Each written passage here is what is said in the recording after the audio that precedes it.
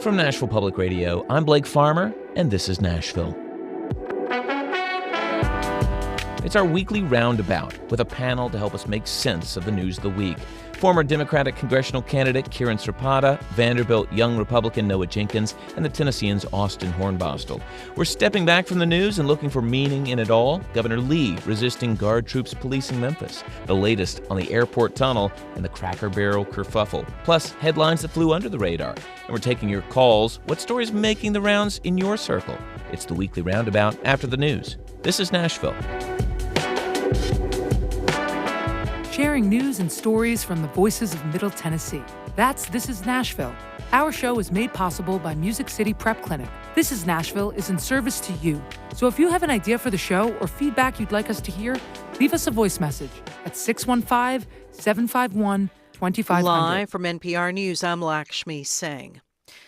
Several people, mostly children, remain hospitalized after a shooting that killed 2 children in Minneapolis yesterday. NPR's Jason DeRose is standing outside Annunciation Church where students and teachers from the Catholic school were praying when they were attacked yesterday morning. Scores of people have been coming all morning, dropping off flowers in front of the church. Others have sent flowers. I noticed a spray of flowers from California, all the way from Southern California. Another one said it was from the people of Uvalde, another place where a school shooting happened. NPR's Jason DeRose referencing the 2022 Uvalde shooting at Robb Elementary School. The UN Secretary General says the Israeli moves to take over Gaza City will have devastating consequences for civilians already traumatized by war. Antonio Guterres is again calling for a ceasefire and the release of all hostages.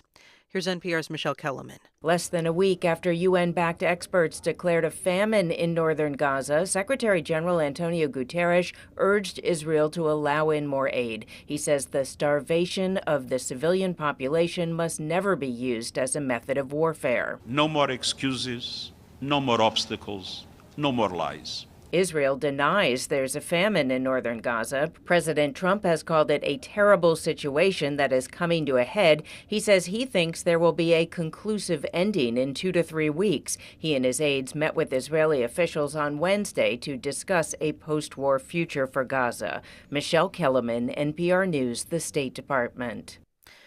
House Speaker Mike Johnson is one of the biggest proponents of the legislation the GOP dubbed the One Big Beautiful Bill, helping push it through Congress before it was signed by President Trump. The law could have a big impact in his Louisiana district, where many residents rely on Medicaid. And as the Gulf States newsroom's Drew Hawkins reports, where community health centers depend on it to stay open. More than a third of residents in House Speaker Mike Johnson's district are on Medicaid, and Medicaid reimbursements make up more than 40% of the revenue for community health centers. Joe Dunn with the National Association of Community Health Centers says they're asking Congress for an additional $1.2 billion in funding to make up for anticipated budget shortfalls that could have severe impacts. It certainly could lead to closures and loss of staff and things like that. In a statement to NPR, Senator Bill Cassidy, a Republican from Louisiana who chairs the committee that oversees community health centers, says he's committed to reauthorizing funding, but did not indicate whether he would support additional funding. For NPR News, I'm Drew Hawkins in Louisiana. This is NPR News. Amid reports that Susan Monterez has been ousted from her role as the director of the Centers for Disease Control and Prevention, her lawyers write on X that she has neither resigned nor yet been fired, and they say she will not resign. Last night, the Department of Health and Human Services posted on its X account that Monterez was leaving, only weeks after she was confirmed by the Senate. Her attorneys say the career scientist has refused to, quote, rubber stamp unscientific, reckless directives under the department led by Health Secretary Robert F. Kennedy, Jr. Today marks 70 years since the lynching of Emmett Till, a black teenager from Chicago who was visiting family in Mississippi. It was a watershed moment that galvanized the civil rights movement. NPR's Debbie Elliott reports on a new artifact unveiled today at the State's Civil Rights Museum, the murder weapon. On August 28, 1955, white men kidnapped, tortured, shot, and dumped 14-year-old Emmett Till in the Tallahatchie River after he whistled at a white shopkeeper, one of their wives. Now the state has the gun. Nan Prince is Director of Collections for the Mississippi Department of Archives and History. This is a pistol that we believe is the weapon that was used to kill Emmett Till. It's been something that I've always wondered about for 70 years. That's Till's cousin, Wheeler Parker, the last living witness to what happened. I think it gives validity to it. It helps brings closure as far as I'm concerned. Debbie Elliott, NPR News, Jackson, Mississippi. You're listening to NPR News. Support for NPR comes from ARM, committed to delivering innovative, advanced computing designed to enable worldwide companies to unleash the capabilities and experiences of AI. The future of AI is built on ARM. ARM.com. This is NPR. Funding for This is Nashville comes from you, our listeners. And Scrum Alliance, offering online courses in agile skills, team collaboration, coaching, and AI fundamentals. Many courses are on demand, available anytime, with no required start or end dates. Learn more at scrumalliance.org. I'm Blake Farmer, and this is Nashville, a Roundabout edition. It's our news of the week. Our panel has perspectives ranging from left, right, and center, and we also welcome your insights. You can comment on the live video stream at youtube.com/@WPLN. Thanks for watching. Or by calling us and joining us on air at 615-760-2000. Of course, the story that weighs on every heart today and causes us to reflect on our own community's experiences in recent years is the shooting at Annunciation Catholic School in Minneapolis. 2 students, ages 8 and 10, were killed, 17 injured. As facts emerge about the shooter, there are clearly parallels with other school shootings, including recent shootings in Nashville. School security, gun control, mental health, all sides responding, as you might expect. We'll talk about it. Governor Bill Lee was happy to send the National Guard to patrol Washington, D.C., but as the president eyes Memphis as a future deployment destination, the governor said he's not ready for that, pointing out that crime is down in Bluff City. We'll chat about it. And Cracker Barrel puts the barrel and the old-timer in a rocking chair back in their logo. Even the White House weighed in. How did a design refresh get so politically charged? We'll chat about it. So we'll start here with the panel, also taking your calls at 615-760-2000. So let me introduce our panelists for the hour. Former Democratic congressional candidate Kiran Sreepada, Vanderbilt senior and former head of the Young Republicans. He's actually the president emeritus of the Young Republicans on campus, Noah Jenkins, and the Tennessean's Austin Hornbostel, who covers Metro government. Thank you all for joining us. Great to be on, yeah. All right, so let's start in Minneapolis. When a school shooting happens, in Tennessee or Texas, people often rush to blame lax gun laws. Minnesota has much stricter laws than even most states, certainly Tennessee. And from what we know, it sounds like these guns used in yesterday's shooting were purchased legally and did not include an assault-style rifle, which is often such a hot button. And I kind of wonder, is the focus on gun laws after these kind of shootings misplaced? Kiran, can you start? Yeah, I mean, first, my heart goes out to everyone there. It is tough. We in Nashville have gone through this before, and many other communities have.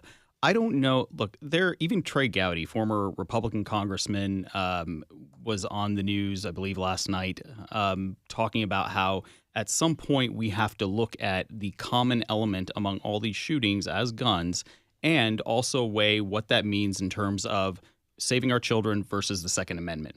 Now, this is a former Republican, not a liberal by any means, but I don't think it's a bad idea to have the conversation. I don't think that it's a bad idea to talk about this because it is the common element, and it is something that any parent, myself included, constantly worries about day to day as we send our kids to school. I also don't think that we can have this conversation about guns and other things at the same time. We are pretty advanced people, I think, and shouldn't be localized to just one issue or let them tell us we only have to think about one. So, yes, I do think it's the appropriate time to talk about guns, as I have for pretty much every shooting. And I think that common element theme that, as I said, others are echoing is something that we should really be listening to. Yeah, Noah, what about on a college campus? I mean, what is the reaction when there's yet another school shooting?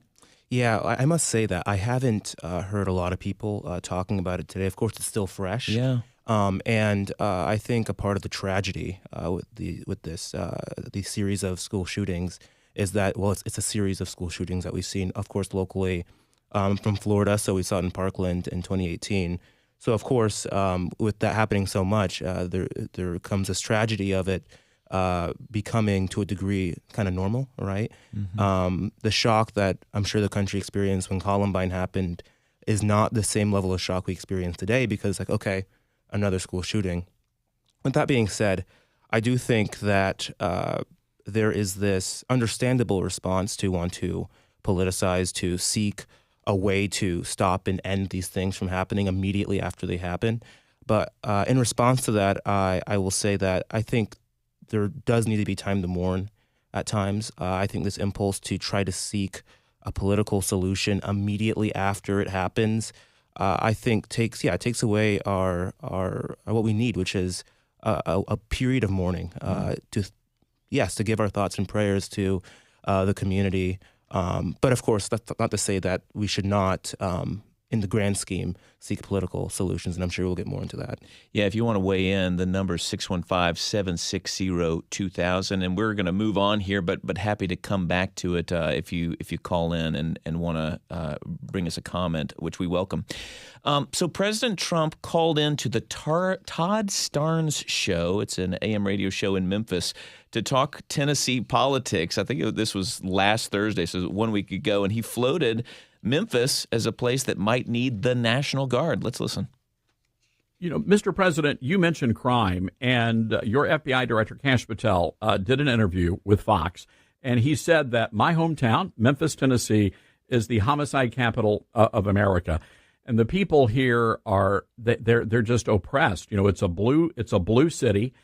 We've got Republicans in leadership in Nashville, and a lot of folks are saying, is there anything President Trump can do to help out the good people of Memphis? You know, Elon's building the big, huge AI supercomputer here. Is there anything that you can do to help cities like Memphis? I will be. We're doing a sort of a test right now in D.C. It's working unbelievably, much faster than we thought. We've arrested hundreds of criminals, hardline criminals, people that will never be any good. I don't care what they say.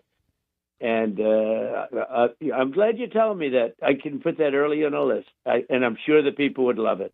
So that was President Trump speaking on the Todd Starnes show 1 week ago. Of course, that had reporters here locally asking Governor Bill Lee if he feels like Memphis needs law enforcement support from the National Guard. And he noted that crime is down 15% in Memphis and said, quote, "We have no plans to put the National Guard there now. But if President Trump asks, as this clip indicates he might, what does Governor Lee do?" Austin, could you help us out here?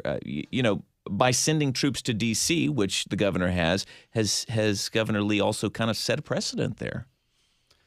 I think that's kind of hard to say, Blake, right? I mean, when I think about this topic, I'm thinking about Nashville locally and the attention that Nashville has seen from federal officials, from Trump administration officials over the past several months.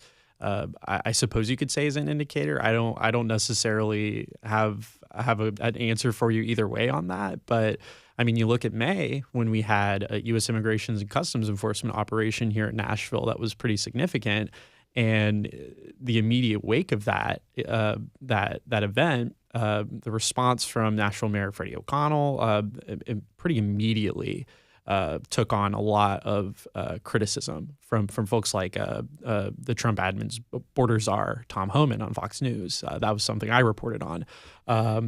And then kind of a similar response to that in some ways, where I go to media roundtables with the mayor every Friday. And one of the topics that typically is discussed is that the crime numbers here are also falling. I've got a note here that from a recent roundtable, he highlighted that just total crime in Nashville down 10% year over year, violent crime down 11%. So ways that we're kind of setting a framing, I suppose, for there not being a necessity for that sort of action locally to Nashville or to Memphis or otherwise. I mean, whether it's the governor giving you those statistics or the mayor of Nashville, that's at least what I've clocked. Noah, how does this feel, amongst folks who, are on the right and trying to find a way to support the president, and then all of a sudden it comes to their town and they say, whoa, the guard on our streets, we don't need them here. Yeah, well, I think the first distinction I would make is between D.C. and a city like Memphis or Chicago. He's also floated too. D.C. is one argument I make against D.C. statehood, for example. D.C. is the federal district. It is meant to be a neutral orbiting ground for the other 50 states. In a way, it's a living monument, I would say. And with that, I think comes different considerations than the ones you might give to a city like Memphis. So I do think that the president's crackdown in D.C. is totally justified. Now, when you start talking about a place like Memphis, I think that's where it gets a little more problematic, I would say, legally, and I think also in principle, given that Memphis obviously is in a state, not in D.C., that federal district. But I would say, for an example, like Chicago or New York, those cities, even though they are within states, almost have that same quality as D.C. as being hallmarks of America. Of course, New York is a big symbol of America. Chicago, big symbols of You're America. saying people feel some ownership in Chicago even you've never lived there. Say one more time. Sorry. Well, that people might feel like that's our city. That's an American city, exactly. right Yes, there. exactly. Yeah. And I think New York is the epitome of that as well. Yeah. So I think when you have problems like crime in these places, and by the way, we're talking about decreases in crimes. We've got to remember that these places at a baseline already had an extreme amount of crime. So of course the decreases are good, but that's not to say that crime all of a sudden is not a serious problem in these places. But Kiran, you want to weigh in here? Yeah, I mean, first, I'm not going to diminish the fact that there's crime in cities, right? Especially if you live in certain neighborhoods, you're going to see it no matter what the statistics say. I'd also just want to remind everyone that D.C. was not the first foray into this. It was Los Angeles. So there was not the element of the Federated District of Columbia as being the test case for this. And even then, people live in D.C. that are not related to the government, right? D.C., the Federal Triangle, is a much smaller place than the actual metro area of D.C. where people have jobs that are outside the government. What I'll say on this is that it is a very slippery slope. The Hill recently ran an article about, I think it was the top 10 cities in America in terms of crime. D.C. ranked lower than Nashville and Memphis and Houston and Milwaukee, I believe, several other cities as well. If you're going to start doing this everywhere, first, are the governors of those states actually asking for the help? And second, are you just using this as an excuse to federalize sort of the National Guards here or the law enforcement apparatus? Yeah. We may come back to that. We're going to take a couple of calls here, taking us back to where we started the hour talking about guns. John in Bellevue, you're on This Is Nashville. What you got to say? Hi. Well, I'll immediately respond to the last topic you guys were talking about. My feelings are that crime reaction is politically is a matter of optics and perception. So many times, Nashville alone, I can't tell you how many times I've seen people in social media comment sections saying the crime is so bad. Well, I've lived downtown for the past 25 years, and it is a lot better. But the thing is there's crime anywhere you go.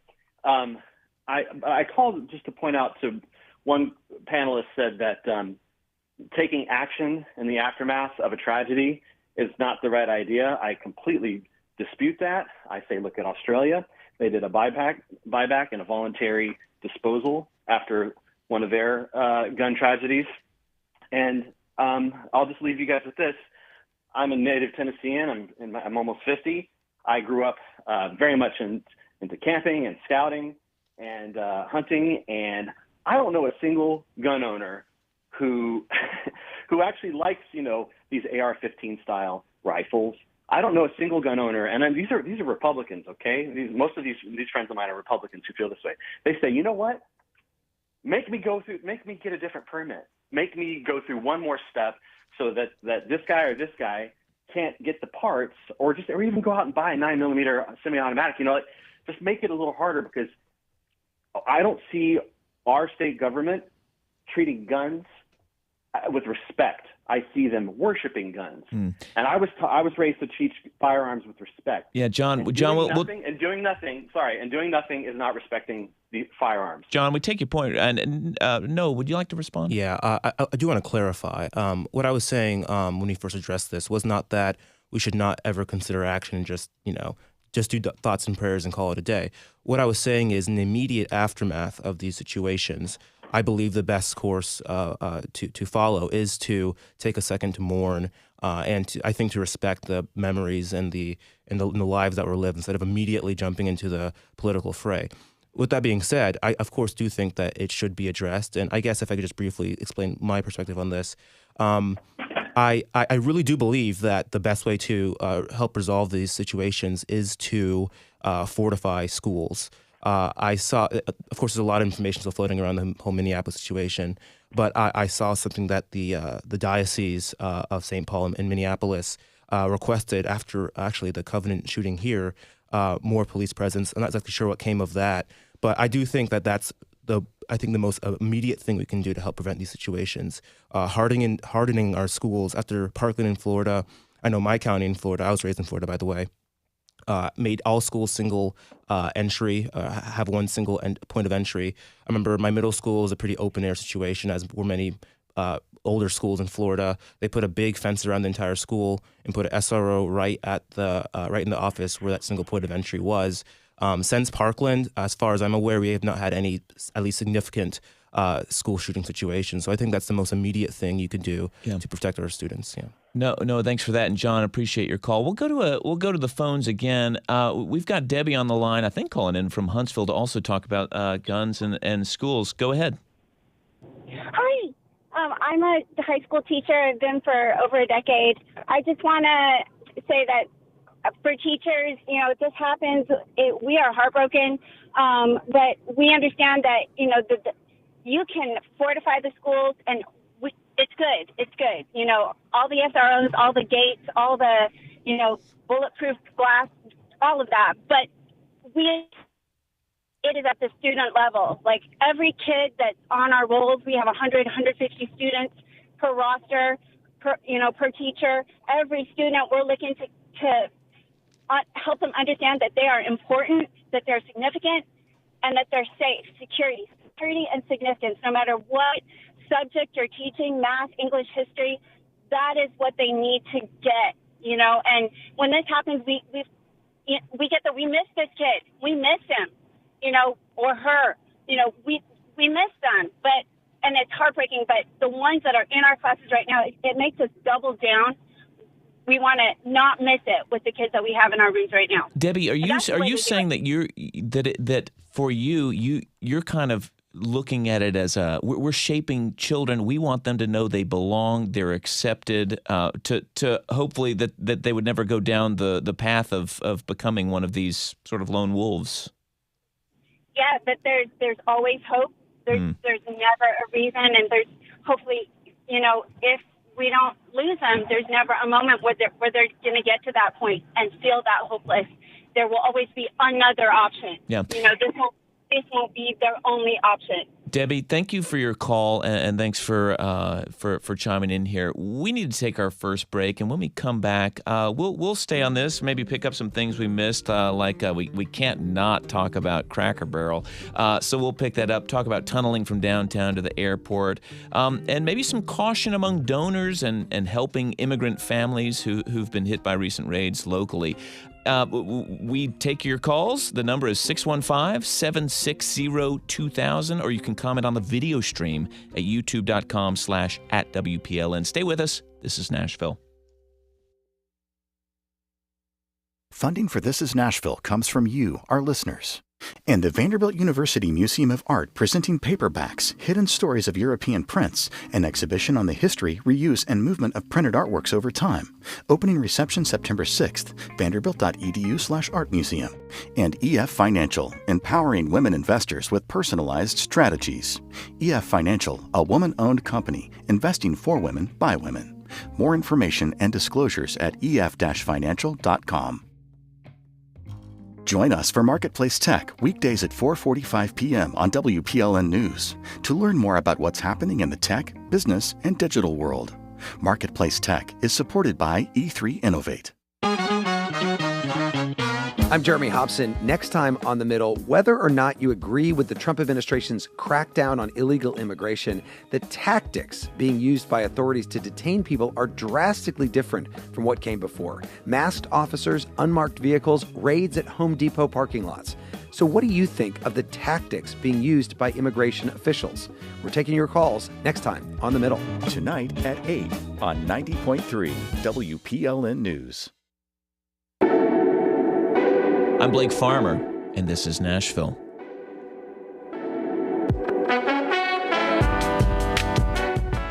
It's our weekly Roundabout. Our panel represents views spanning left, right, and center. Not that every issue breaks down neatly across ideological lines, if it breaks down at all. We've got Vanderbilt young Republican Noah Jenkins, President Emeritus on campus, former Democratic congressional candidate Kiran Sreepada, and the Tennessean's Austin Hornbostel. If you'd like to join the conversation, call us, join us on air. The number is 615-760-2000. You can also leave comments on the video stream. It's at youtube.com/@WPLN, and we can work those into our conversation. We're kind of moving away from guns for a moment and talking a little bit about Cracker Barrel. So even though Cracker Barrel is this national restaurant chain, everybody kind of knows it. They're all on the interstate. We watch its movements much closer than most since it was started in Lebanon. It's still headquartered here. You may work for them, used to work for them, done some work for them. If you haven't been following along, it started with a redesigned logo. They're also modernizing the look of their old country stores and restaurants. Apparently, investors did not love the updates. Their stock price took a dip. Then people all over started weighing in. Maybe you weighed in. And you had some in one camp suggesting that taking out the old-timer in a rocking chair and removing the barrel represented a woke agenda. Eventually, President Trump even weighed in, and sure enough, Cracker Barrel brought him back. Austin, I kind of wonder from you, what does this episode tell us about the sort of culture and politics in 2025? Yeah. This is a great question to ask the local government guy, right?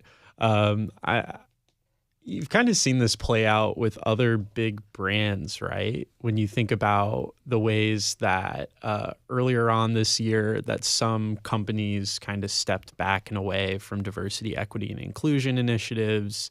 You look at a company like Target, for example. I think that's one that I still see a lot of folks talking about as like, if I'm somebody who's supportive of diversity, equity, and inclusion initiatives, I don't really want to shop there right now, right? This I suppose is maybe the other side of that coin per se, of where I don't know, maybe like a parasocial relationship almost with the brands and the companies that you are a patron of. Yeah, no, it's a good point. And I believe part of this, I mean, what people are kind of looking at as well, did they also kind of hide their support for pride-related things like the Nashville Pride Festival, which I think was taken off the website, but that was sort of part of that and the accusation from folks, on the right. Kiran, what do you see? Just on the brand and the story about the brand, I cannot tell you on the surface how little I cared about this story. I mean, the branding change of a company, well, right. First of all, I didn't even think the new brand was that great. So what I will say this, I have not known a corporation or company to make any decision that would not first reflect the bottom line. Right. And any decision that was made was probably based on whatever data or studies they had to say, we could make more money. At the end of the day, the chicken and dumplings are still the same. The mac and cheese is still the same. My kids will still love it. I just think that it's, as Austin was bringing up earlier, we have a tendency now to take almost anything and basically fit it into our side. Yeah. Right? I mean, this is a pretty...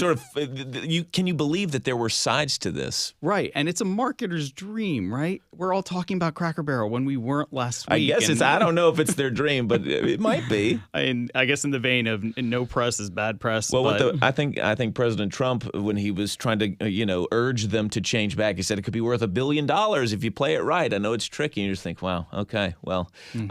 All right. Well, we may pick that back up if there are callers. If you'd like to join the conversation, 615-760-2000 is the number. Let's go to the phones now. It might take us back to the topic of guns, but we're here for it. Maria in Nashville, you're on.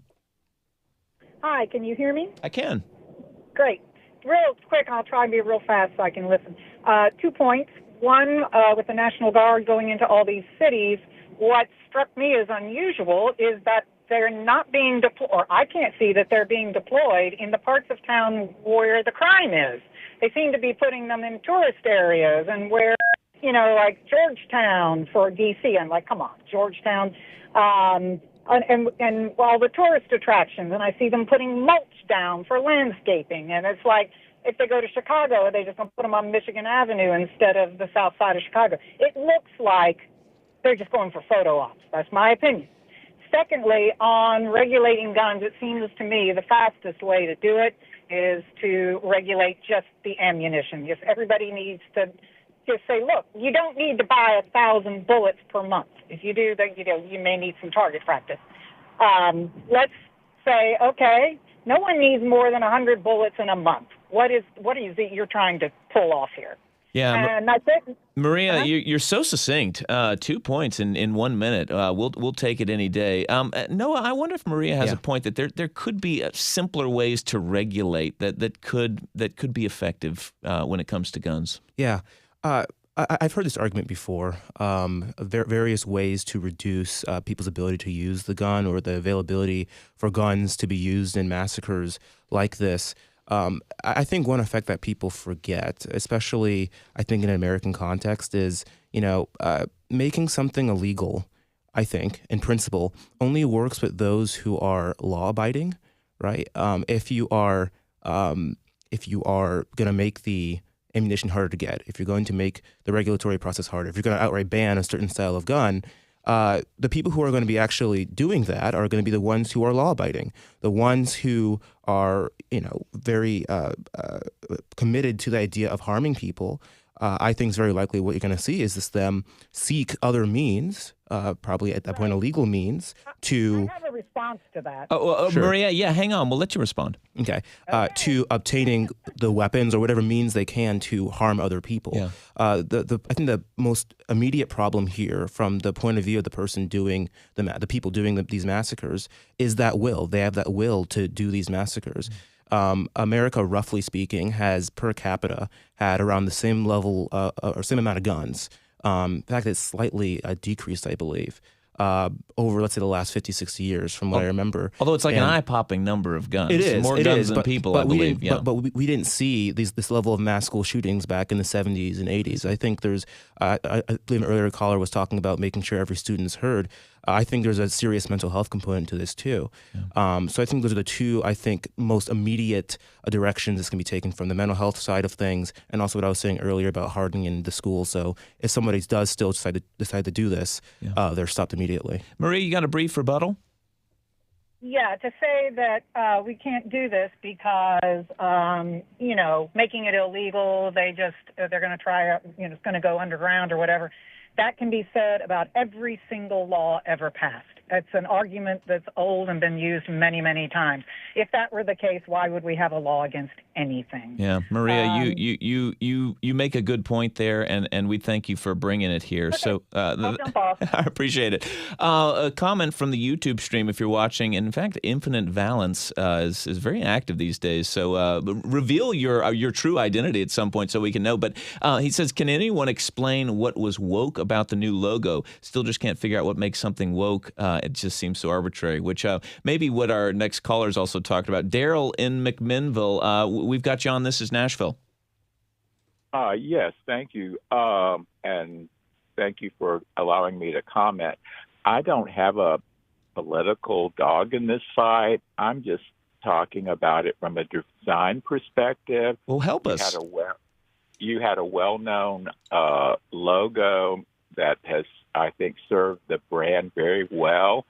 And this just seems to kind of be a regression to almost a non-design, just some black lettering on an orange background. And I do think short-term it may get a bump from all of us weighing in on it, but long-term I think it's a step backward for the company. I know the founders, just as it happens. And I just think that they're poorly served by this particular move long term. Well, I So think that the move has now been reversed, so nothing to fear. I think you'll still see the same logo. I did see a designer though weigh in on it in my personal feeds and was saying, well, it's an interesting design, but it actually doesn't translate very well in sort of the modern age where you might have like a little icon. It's like you can't even tell what's in there, and some of the words are really small. So he was in favor of the new, but we're right there with you, Daryl. Daryl McMinnville, appreciate you calling in. Let's go to this story and pick up another topic. A fund set up by the Community Foundation of Middle Tennessee to help immigrant families hit by raids with immediate needs. It's kind of shifting its focus to legal assistance. Austin's sitting up in his chair because he knows the question's coming to him. But it's the Belonging Fund, which may sound familiar when it was announced earlier this year, was part of some of the political backlash toward Nashville leaders when the city was seen as resisting the immigration sweeps that were occurring here. And at the time, organizers said these donations would not be used for legal services. And now that's really, it sounds like it's changing. Austin, you wrote about changes in the Belonging Fund. Why does it matter if these private donations may shift from helping families with childcare and housing to legal services? Sure. Yeah, I did write about it. Yeah, this was several days ago that it published for the Tennessean. I think that the interesting thing for me, and something I had a question about, is if somebody donated to this fund and the idea was, I'm donating with the idea that this it was initially framed as going toward helping families who had a loved one who'd been displaced as a result of being detained as an undocumented immigrant, with like childcare fees, or costs that they're losing a breadwinner and they cannot afford to pay. So going from that to paying for legal services, which both the mayor and the CEO of the Community Foundation, Al-Qaeda, were pretty clear about when announcing the fund wouldn't be going to legal services. And I've learned since then in talking with staff at the fund or at the foundation that it was always the plan from their perspective. Yeah, that's what they said in your story, services. which you think if it was always the plan, but you sort of really downplayed it at the beginning, what gives. But the I assume that the thought is it's far more controversial to make it sound like we're setting up a legal defense fund for these folks. Sure, and especially when early on, I mean, I talked about that scrutiny from the federal government earlier. There was scrutiny on the Belonging Fund too. Politicians like Andy Ogles saying, oh, we need to investigate this fund and see if the government of Nashville and Davidson County is contributing to it, when they were pretty clear that no, we're not, and we can't. And it's all coming from private donations, right? Yeah. So there already was that scrutiny. And that was a question that I had for the Community Foundation. I was like, I mean, was this like a concern? Is it a concern still? Mm-hmm. Like, are you worried about it being something that you make this shift now and then there's a renewed and heightened sense of scrutiny? And I think there already has been, at least in like social media posts. Not that I've, done a whole lot of looking at that, but I think that's interesting. Well, so they raised, I think, $500,000 or so, and I think they said at the moment they've kind of put a pause on actually distributing the money, which might make a little bit of sense since things have settled down to our understanding. But Kiran, I wonder from your vantage point, is there reason for them to tread lightly when you're talking about providing legal services to these families? First, full disclosure, I sit on the board of Turk Votes, which is not the same organization, but obviously, as in Tennessee Immigrant Refugee Rights Coalition, the kind of political arm of Turk. Exactly. Yes. So this has received money from this Turk fund? Votes has not. Has no. not. Okay. So Turk was instrumental in helping start that fund and playing a role in it.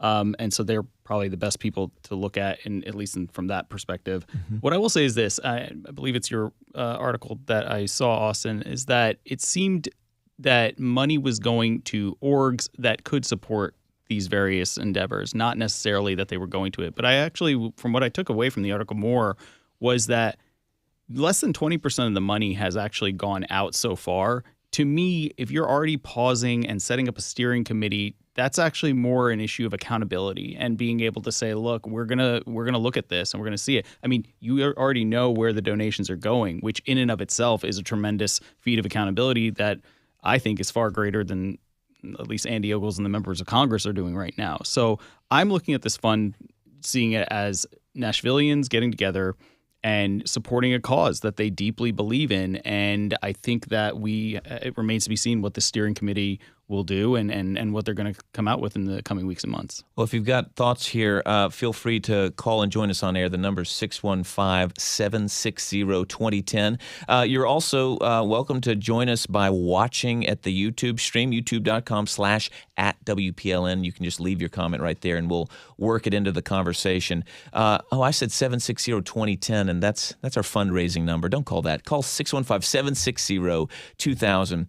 This week we learned that while the state of Tennessee is not charging the Boring Company to use state land and building its tunnel from downtown to the Nashville International Airport, the airport authority does want to. It sounds like none of this has really been settled, but the airport is asking for something like $1.7 million annually from the company and $5 per ride that comes in to make up for the lost parking revenue, which, of course, is most of the revenue that comes into the airport. This was revealed by the Nashville Business Journal, which obtained documents from those negotiations. Noah, can you weigh in here? Why should the state or any other government entity give away something that might be able to generate income, like in an instance like this? Yeah, I'm not sure if this is going to be breaking from the right's general perspective on this whole Boring Company situation. I'm very skeptical of it. I think it's rather strange. From what I understand, and please correct me if I'm misunderstanding, only like Teslas can go into the tunnel. That's correct. Okay, that is correct, exactly. I'm glad that the company is going to be paying for it, at least. That's what the state's been saying. It's not going to be state funded, although, as you mentioned, like the state's not charging for the land. So in a way, that's kind of a freebie given to them. Yeah, and the right of way that's all of Murfreesboro Road and exactly. Again, this might be a break from your traditional Republican sort of view on these sort of transit matters, but I think a much more efficient way to move people from the airport to downtown and other areas would honestly be a train. But I've heard that's been a complicated past in Nashville, trying to get that get that through. I think another big problem, what I've seen and heard, is that the route that they're choosing from the airport to somewhere downtown near the convention center or somewhere around there is only a part of the traffic coming from the airport. A lot of people leaving the airport are going to other parts of town too. So the question of like how much utility will this thing actually have, I think certainly up in the air. So generally very skeptical. I think the thing that makes me feel a lot more, I guess, at least neutral about it is the fact that the Boring Company is going to be bearing most, if not all, the cost. Yeah, one would think. At least that's what's been said. Austin, why do people care so much about this story? And I say that as if people are calling in now to say that they care. They're not. But the mayor was on, Mayor Freddie O'Connell, and was saying he gets asked about this everywhere. People who really don't seem to be directly affected. Why do people care so much? I've been asking the mayor about it too. So maybe it's us. It's a feedback loop. Yeah. Well, and I mean, you saw a lot of community participation at like that hearing that they had to give that no cost lease for the staging space, right? Where people kind of came out of the woodworks for this early morning weekday meeting. Right. State Building Commission or something. Yeah, State Building Commission. There's usually no audience. Oh, yeah. No, that's the kind of public meeting that typically doesn't get a lot of play. And my assessment would probably be, and I say this as somebody who covers local government meetings for a living, people tend to see a project like this and expect a process that on the front end, there's a permit and there are environmental studies and there's been engagement. And that hasn't happened in this case. It's kind of after the fact.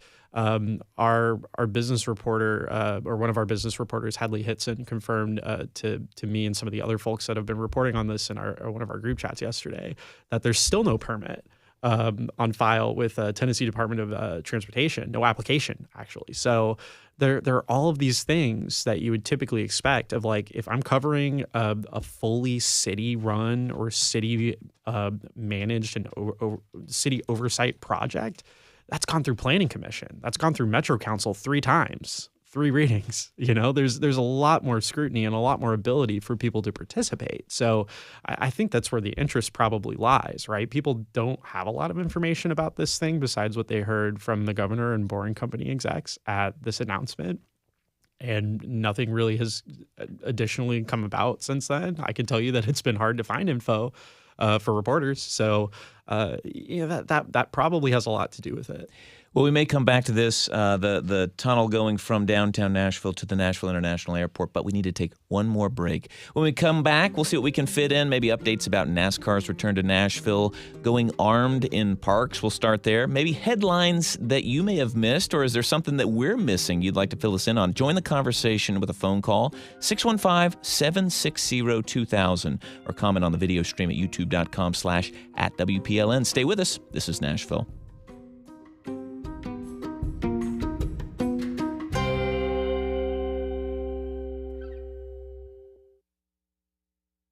Funding for This is Nashville comes from you, our listeners, and Alliance Bernstein, built on a culture of knowledge and innovation to help advance the financial success of their clients. AllianceBernstein.com. Alliance Bernstein is not affiliated with National Public Radio. And the Osher Lifelong Learning Institute at Vanderbilt University, offering intellectual courses for adults over 50. Registration for fall courses open now at vanderbilt.edu/OLLI. And We Go Public Transit, working to make it easier to ride by offering Tap & Go with credit cards and mobile wallets. Riders can now take We Go anytime and avoid parking hassles. Details at wegotransit.com. Sometimes the news raises as many questions as it answers. How did things get this way? Why do we do that here? Has this kind of thing happened before? And you know what? I'm not one to let those questions go unanswered. I'm Nina Cardona, and every weekday I share the latest local news and dig into history to uncover the backstory. It's all on the Nash Villager podcast, and you can listen at WPLN.org or wherever you get your podcasts. I'm Blake Farmer, and this is Nashville.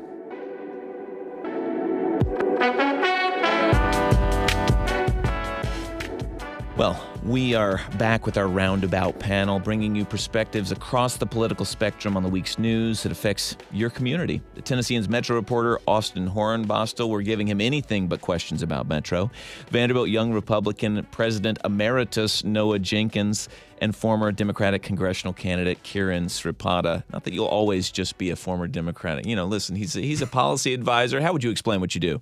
I do, and I've done a lot of policy advocacy in the past. I also reach out to candidates. I was telling Noah earlier, I have a problem with the consultant class in politics, and I think there's a lot of information out there that just should be free for candidates who are not the wealthiest and don't have these fundraising skills, but are good people who want to run and do good for their communities. So I try to reach out to them and give them anything I can to help them along. Well, you heard it right here. If you'd like to join us on the air, the number is 615-760-2000. We're going to dive into this, and it's kind of a thicket. I spent a while this morning reading the few stories about it from this last week to help myself understand. And once I saw David Rabin being quoted, I thought, okay, here's an authority on gun laws. I think I understand this. But a panel of judges has overturned Tennessee's law that restricts carrying a gun in state parks. So essentially, they ruled that state parks are not sensitive places like schools, and if you don't need a permit to carry a gun in Tennessee, which you don't, then you should be able to carry in a state park. What added more confusion, so that's enough. That sort of overturns the state's ban on guns in parks. But what added more confusion is the ruling undermines a state law that allows police to go after someone for something called the intent to go armed. And apparently this is different from simply being armed, carrying, almost like they intend to use the weapon. Anyway, even the governor's office, I think, was a little confused by what to make of this ruling this week. And it seems it will certainly be appealed, probably by the Tennessee Attorney General, if I understand correctly. But Attorney David Rabin told News Channel 5 that this intent to go armed really was in conflict with the permitless carry that was passed a few years ago in Tennessee, where you could carry without having a permit. So long setup there, but Kiran, I don't know, how do you feel when you see someone carrying a gun in public? I don't necessarily feel comforted, and I don't. It doesn't make me think, oh, great, if something happens, that person will be there to do something about it. Maybe I'm not hanging out with the right people. I don't know, but I will say that, this goes from our earlier discussion as well. Mm-hmm. I am not anyone who's driven on 65 or 24 or anywhere around here in Nashville. understands what road rage looks like. Okay. And if you look at that and take those same people and put them into a park where anything could happen, people have misunderstandings all the time.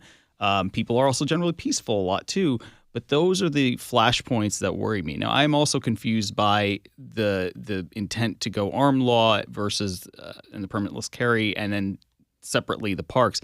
But I'm just not a fan of the idea that, we have a public space where you go to enjoy yourself and actually have time with your family or your friends, and having the sight of I don't know, an armed militia. And if you think I'm exaggerating, we've had that in Nashville. We've had people show up and walk around armed. And so why would I want that in my public parks with or our public parks with my kids? You're saying that especially if it's not concealed in any way, that it feels intimidating one way or the other. It does. To me, it does. Yeah. Noah, for folks who have been trying to expand gun laws, as in loosen restrictions, for years, which is the sort of the direction Republicans have gone, primarily in Tennessee, is it just like looking for more and more ways to expand? I mean, is there a line where that's enough? That's as far as we need to go? Yeah. I would first say that the way I look at this, I think, is slightly different than other Republicans. And to be fair, other Republicans, many of them kind of look at it under that more simplistic lens of just Second Amendment says I should have gun rights, therefore we should pursue that to the max. I like looking at the principles behind things. I think about, okay, well, why did the framers put the Second Amendment there? It obviously wasn't to defend our right to have any sort of weapon. I'm sure nobody would really agree that we ought to have RPGs unrestricted and stuff, crazy stuff like that, right? I think the principle, first of all, is the whole militia thing, keeping the government accountable thing. But I think an underlying natural law principle there is the ability to defend oneself, and I think that requires the ability for people to have somewhat equal firepower to what they could reasonably expect to have.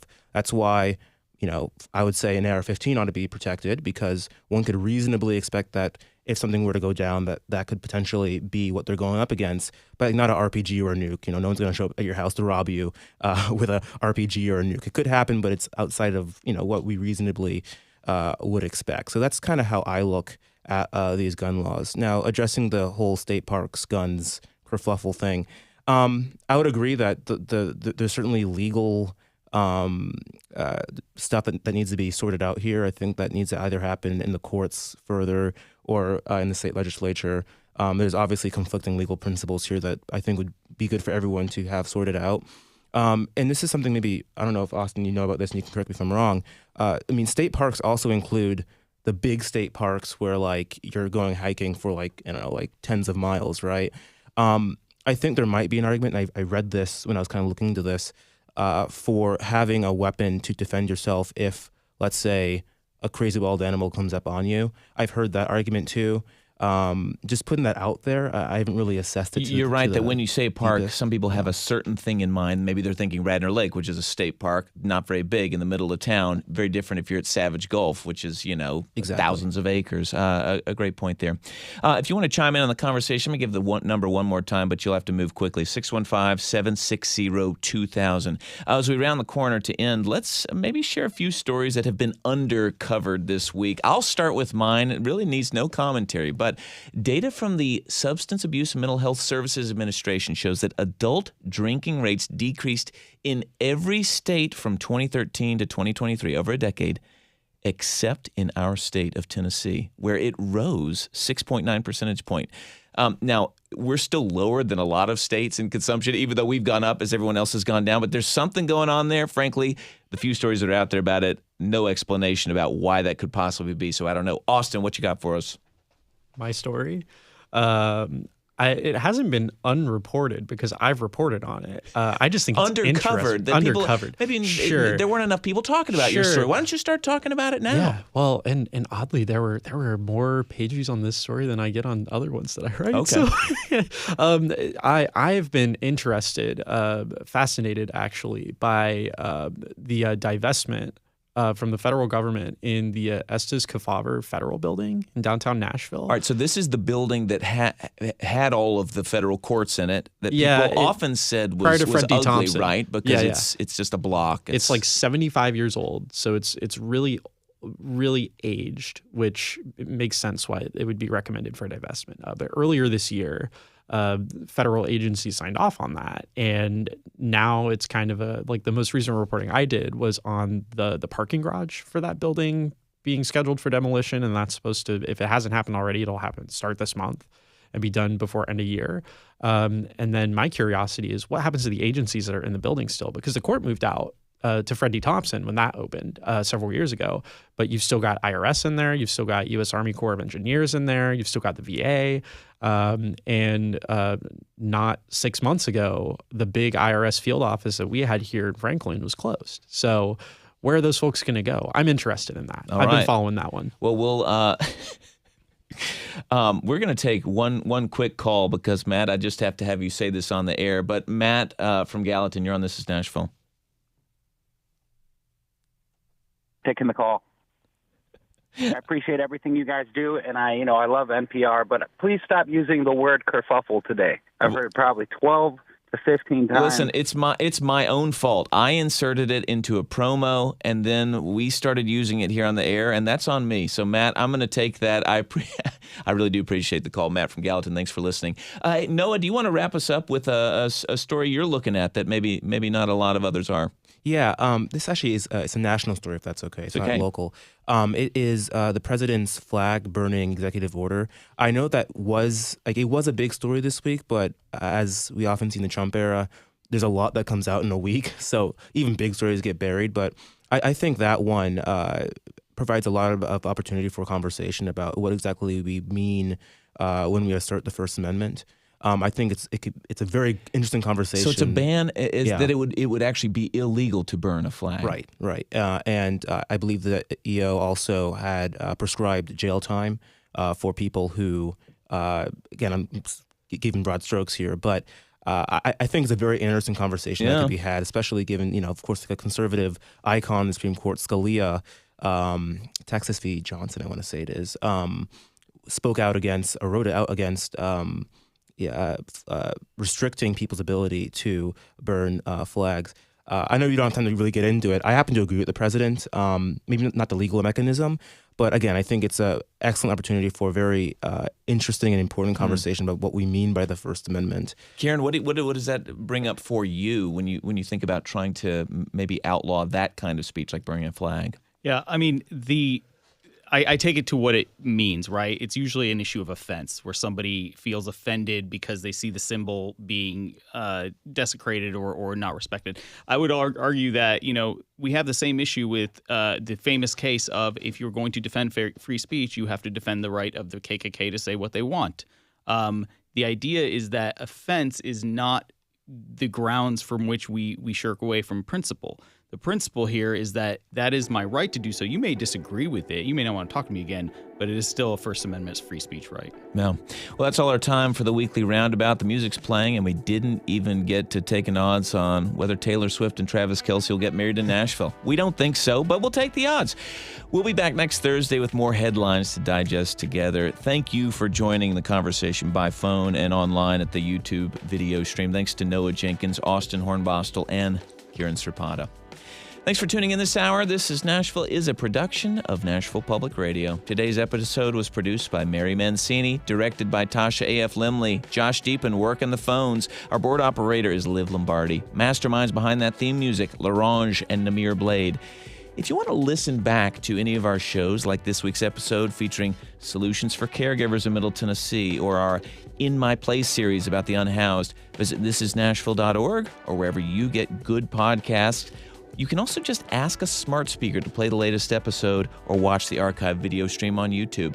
The conversation does not have to end. You can comment, tell us what you want to hear on the show by leaving us a message at 615-751-2500. You can also find us on Blue Sky and Instagram and X at This Is Nashville.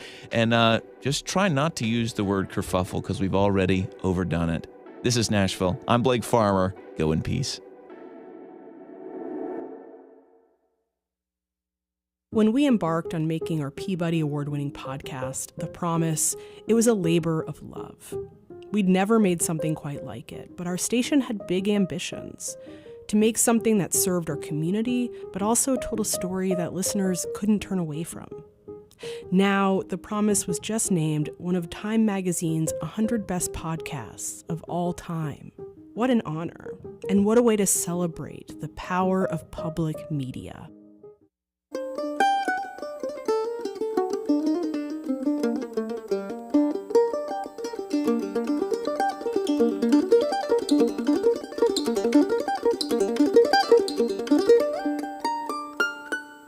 This is 90.3 WPLN, Nashville Public Radio, and 91.7 WHRS Cookeville. Nashville's home for Morning Edition and NPR News. WPLN.org is where you can find more from WPLN News, including the Nash Villager, your human-powered newsletter and podcast, exploring Nashville news and history. Subscribe to both at WPLN.org.